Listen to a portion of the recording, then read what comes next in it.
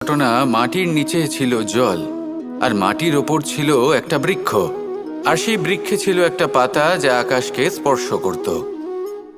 যখনই কোনো ব্যক্তি আসতেন সেই পাতাকে দেখে তার প্রশংসা করতেন।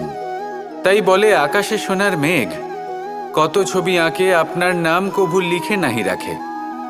অর্থাৎ প্রতিনিধি ওই বৃক্ষের পাতাকেই মনে করা হতো, সব প্রশংসা ওই পাতাকেই করা হতো। যেখানে চোখের আড়ালে থাকা সেই জল মাটির নিচে থেকে নিঃস্বার্থভাবে নিজের কাজ করে যেত, সেই বৃক্ষকে শক্তি প্রদান করত। কয়েকদিন পরে সেই পাতার অহংকার হতে শুরু করলো। সে ভাবতে শুরু করলো যে আমিই হলাম এই জলের অস্তিত্ব, আমি আছি সেই কারণেই এই জলের কথা স্মরণ করা হয়। আর কিছুদিন